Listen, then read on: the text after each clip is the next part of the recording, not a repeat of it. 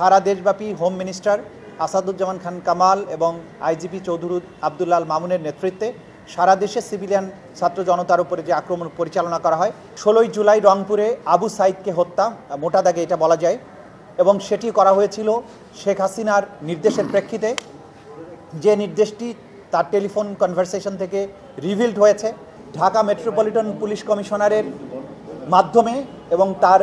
অন্যান্য যে সমস্ত পুলিশ অফিসার ছিলেন তাদের মাধ্যমে চানখারপুর এলাকায় বেলা 10টা থেকে 2:30টার মধ্যে 6 জনকে গুলি করে হত্যা করা হয়। তার মধ্যে শহীদ শাহরিয়ার খান আনাস, জুনায়েদ সহ আরও 4 জন, মোট 6 জনকে এখানে গুলি করে হত্যা করা হয়। প্রায় 25,000 ছাত্র জনতা আহত করা হয়, যাদের মধ্যে অনেকে চিরস্থায়ীভাবে অন্ধত্ব বরণ করেছেন, অনেকে চিরস্থায়ীভাবে অঙ্গহানির শিকার হয়েছেন। এবং এছাড়াও বিভিন্ন অমানবিক ঘটনার মাধ্যমে এই মানুষদের উপরে অত্যাচার করা হয়েছে, ইনহিউম্যান অ্যাক্টস করা হয়েছে। সেই তার যে ইনসাইটমেন্ট, উস্কানিমূলক বক্তব্যের দায়ে এবং সেই বক্তব্যের প্রেক্ষিতে সারা দেশব্যাপী হোম মিনিস্টার আসাদুজ্জামান খান কামাল এবং আইজিপি চৌধুরী আব্দুল আল মামুনের নেতৃত্বে সারা দেশে সিভিলিয়ান ছাত্র জনতার উপরে যে আক্রমণ পরিচালনা করা হয় সেই অভিযোগে প্রথম চার্জটি গঠন করা হয়েছে।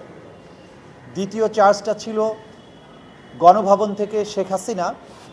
14ই জুলাই তারিখে ঢাকা বিশ্ববিদ্যালয়ের তদানীন্তন ভিসি মাকসুদ কামালের সাথে একটা কথোপকথন, এবং 18ই জুলাই তারিখে তার ভাতিজা ফজলে নূর তাপসের সাথে আরেকটি টেলিফোন কনভারসেশনে, যেখানে তিনি স্পষ্টভাবে উল্লেখ করেছেন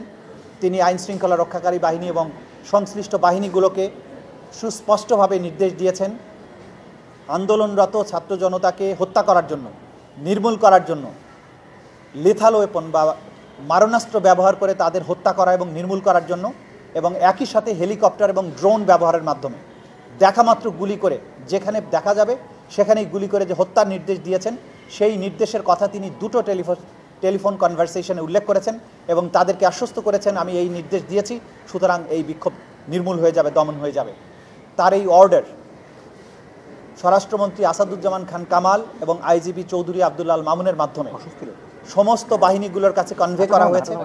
আওয়ামী লীগের কাছে কনভে করা হয়েছে, ছাত্রলীগ যুবলীগের কাছে কনভে করা হয়েছে,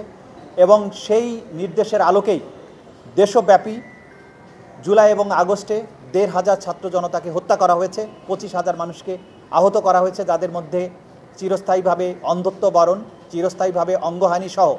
নানান ধরনের মানবতা বিরোধী অপরাধ সংগঠন করার দায়ে তাদের বিরুদ্ধে সুপিরিয়র কমান্ড রেসপন্সিবিলিটির আওতায়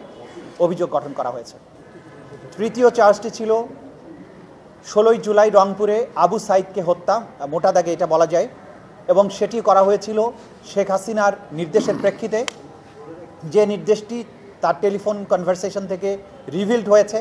এবং তার যে ষড়যন্ত্র, যেটা তিনি 14ই জুলাই প্রেস কনফারেন্সে বলেছিলেন রাজাকারের বাচ্চা আখ্যা দিয়ে, তারই ধারাবাহিকতায় রংপুরে নিরস্ত্র আবু সাইদ যে দুহাত মেলে দাঁড়িয়েছিল পুলিশের দিকে, তাকে সেখানে ঠান্ডা মাথায় কাছে থেকে পরপর অনেকগুলো গুলি করে তাকে হত্যা করা হয় মৃত্যুর প্রকৃত কারণ গোপন করার জন্য। পোস্টমর্টেম রিপোর্ট 4 বার পরিবর্তন করা হয় যাতে করে গুলিতে তার মৃত্যু হয়েছে এই তথ্যটি উঠে না আসে। এই হত্যার চেষ্টা, ষড়যন্ত্র, নির্দেশ এর মাধ্যমে এই আসামিগণ তাদের সুপিরিয়র স্ট্যাটাস ব্যবহার করে রংপুরের পুলিশ প্রশাসন এবং অন্যান্য আইন শৃঙ্খলা রক্ষাকারী বাহিনীকে এবং আওয়ামী লীগ, যুবলীগ এবং বিশ্ববিদ্যালয় প্রশাসনকে ব্যবহার করে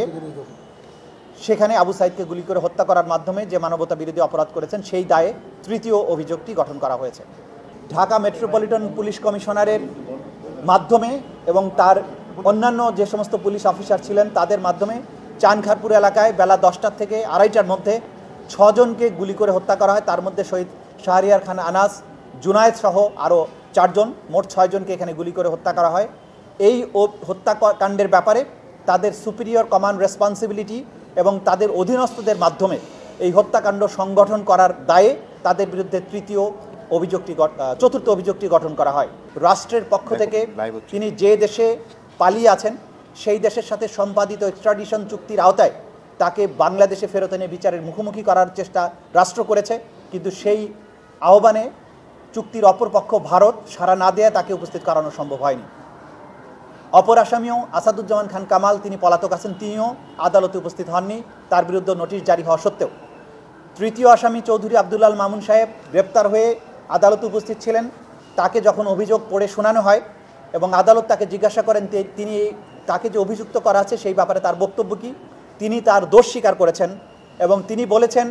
তিনি একজন সাক্ষী হিসাবে